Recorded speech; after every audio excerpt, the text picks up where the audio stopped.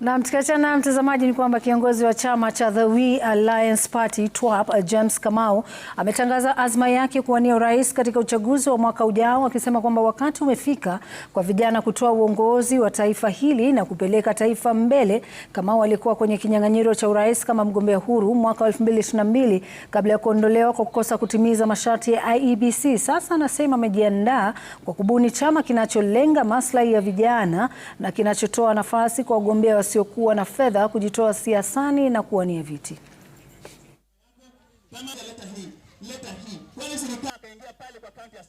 Maneno ya revenue na haya mapesa ya kuweza kufanya campaign, tuamini tumeanza.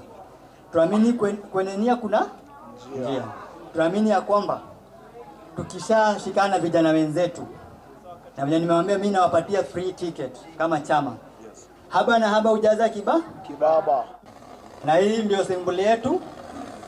Sahani na kijiko kila mtu aweze kupakuliwa. Kenya hii ya watu wachache. Before nianze muone nini yetu ni gani. Kwa hivyo keki tugawane sisi wote kama wa Kenya.